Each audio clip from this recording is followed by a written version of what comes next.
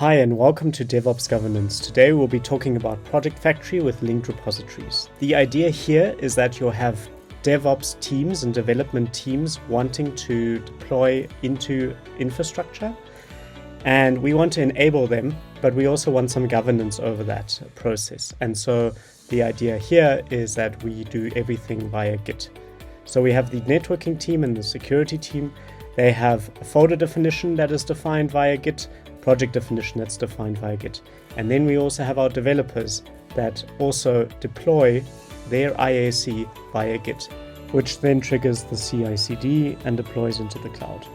We've provided examples of this on GitLab and GitHub to demonstrate how this works. The Guardrails infrastructure repository demonstrates organizational policies and how folders can be created.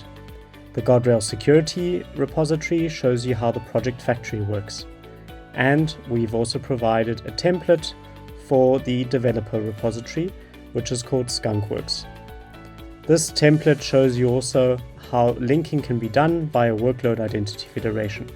But we'll look at that in more detail now. To get started, let's look at the Skunkworks repository.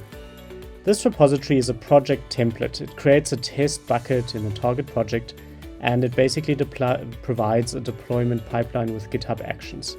So let's set that up in GitHub. In GitHub, what we'll do is we'll create a new repository. And what we can do is we can actually use a template. So I've already set up a repository template that I use for all developer projects.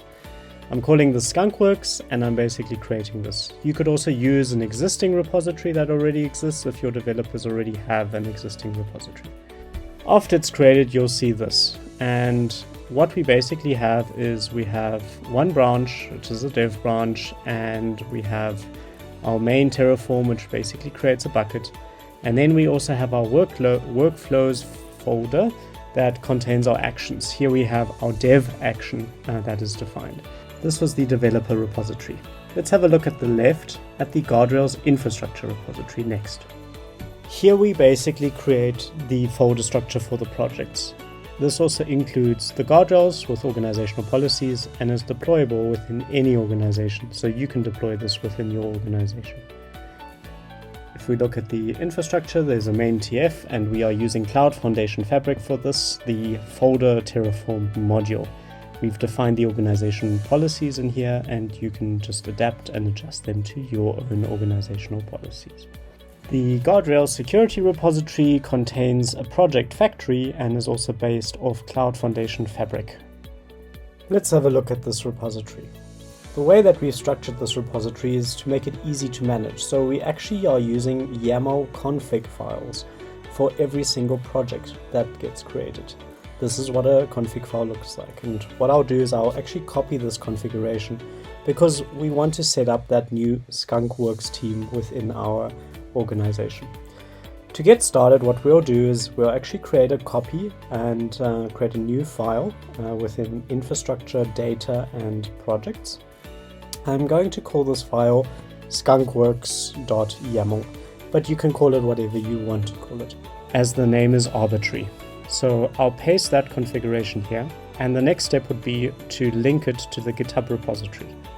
To do this, we need to copy the GitHub name out of the URL, and we will paste it in the repo name field. So the repo provider is GitHub, the repo name DevOps Governance-Skunkworks.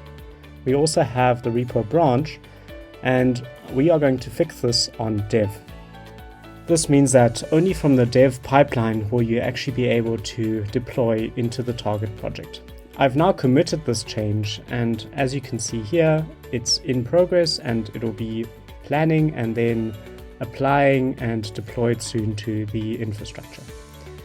Let's revise what we looked at just now. So we saw that each project is defined in a separate configuration file. Automatically, we create a service account, which you'll see just now, and we're using workload identity federation, which links the service account to the repository. All of this configuration was basically stored in those configuration files. And let's have a look again at those configuration files.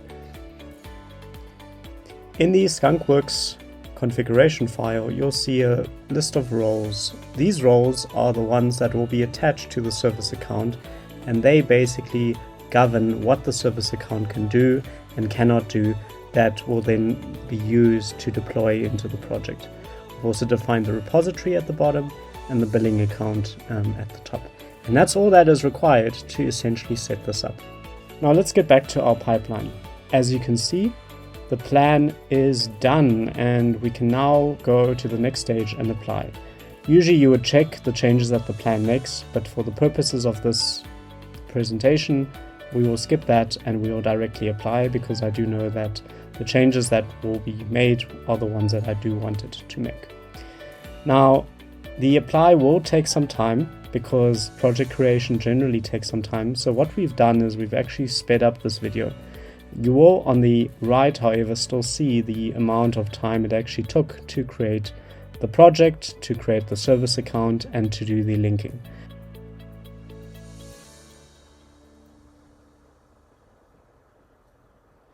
So the project creation is done, the service accounts are currently being created, and 3 minutes and 50 seconds is what it took to create this part of the infrastructure.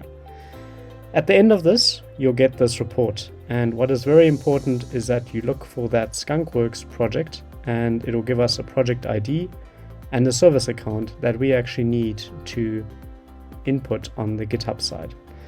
Because on the GitHub side, it needs to know where we want to deploy to.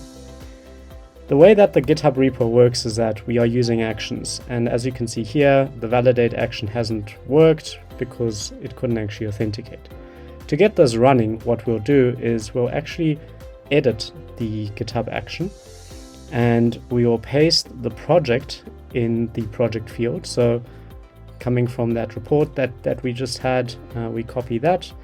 We also copy the service account email. This is the service account that should get used to deploy into that project. And what we also do need is we need the workload identity pool, which also gets outputted at the bottom of the project. All of this information can also just be sent to the DevOps team and they should be good to go. Now, what do we need to do to get this going? We need to commit this to dev. So we'll go ahead and do that. And if we look at our actions now, you'll see that, okay, there is a new commit that has come through.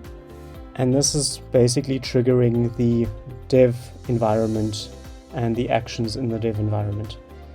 We have 3 different steps. So we have the validate step, which has now successfully already passed. We have the plan stage, which is running a Terraform plan. And as you can see, it's authenticated with Google and it's run the plan.